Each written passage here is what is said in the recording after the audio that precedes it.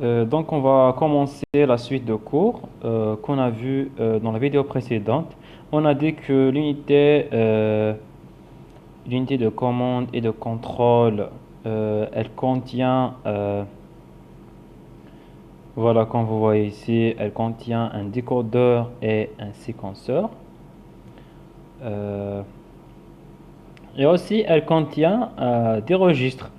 C'est quoi ces registres? Donc un registre, ce sont des mémoires à taille réduite en général, 8, 16, 32 ou 64 bits par registre. Donc à accès rapide, elles sont plus rapides. Donc les registres internes au processus sont utilisés pour l'exécution d'instructions. Voilà, d'accord. Donc un registre comme si un mémoire en plus. Donc parmi ces registres dans la mémoire, ou bien on a le compteur ordinal CO. En anglais, c'est PC Program Counter. Il est toujours initialisé à l'adresse de la première instruction du programme. Il contient toujours l'adresse de la prochaine instruction à exécuter et il est automatiquement incrémenté après chaque utilisation. Par exemple, si la première instruction a une adresse de 00, donc la prochaine instruction aura l'adresse de 01, ainsi de suite. Donc le programme est donc exécuté en séquence, à moins qu'il ne contienne une instruction qui modifie la séquence. Instruction de branchement par exemple. Voilà. Dans ce cas, la nouvelle adresse remplacera le contenu de CO.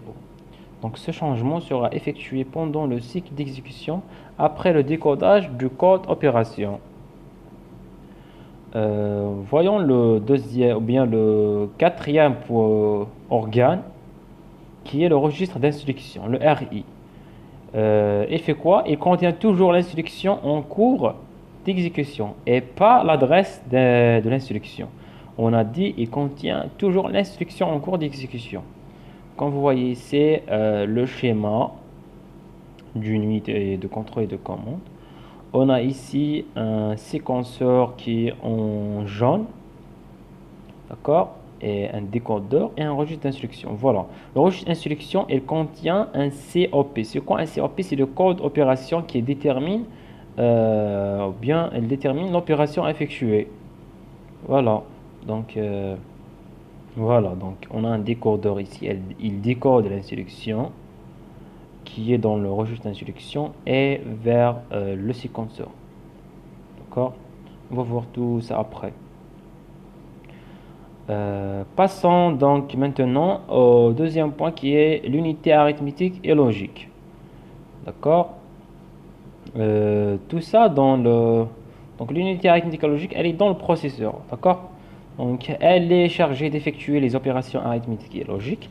Donc contient les circuits capables d'effectuer ces opérations, additionneur, soustracteur et un ensemble de registres. Donc on a un registre à usage général. Donc des registres sont des registres de travail et stockent les opérandes avant les opérations arithmétiques ou logiques et contient les résultats après parfois sont dits accumulateurs. Ça veut dire quoi tout ça? Donc ce registre à usage général, on le trouve dans le processeur, plus précisément dans l'unité arithmétique et logique. Je donne un exemple.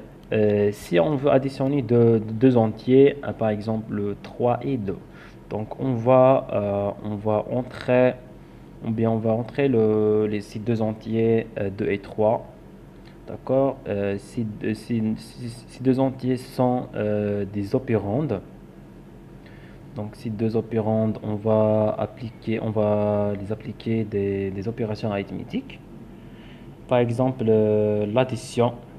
Et on va avoir le résultat qui est 5. Ce résultat est mis dans le registre dit accumulateur. Donc toujours le résultat, on va le trouver dans l'accumulateur.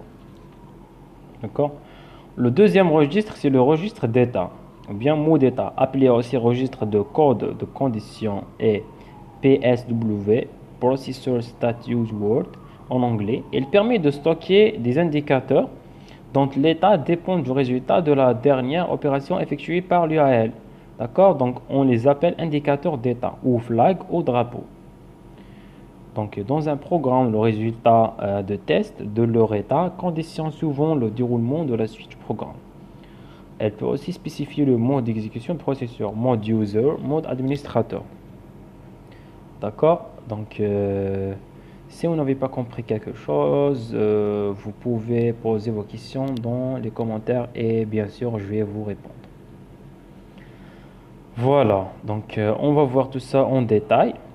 Dans un PSW ou bien le registre d'état, on peut trouver ces indicateurs. Retenue carry le C, retenue intermédiaire auxiliary carry, c'est le AC, négative le N. Donc tout ça, il est appliqué dans, au résultat. Si le résultat par exemple est négatif, donc le drapeau flag il est mis à 1.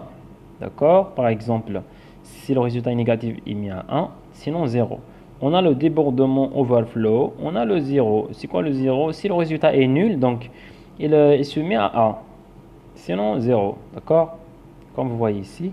On a le N, c'est quoi le N? C'est le négatif. Si le résultat il est négatif, donc il se met à 1. Sinon, donc résultat non négatif, il est mis à 0.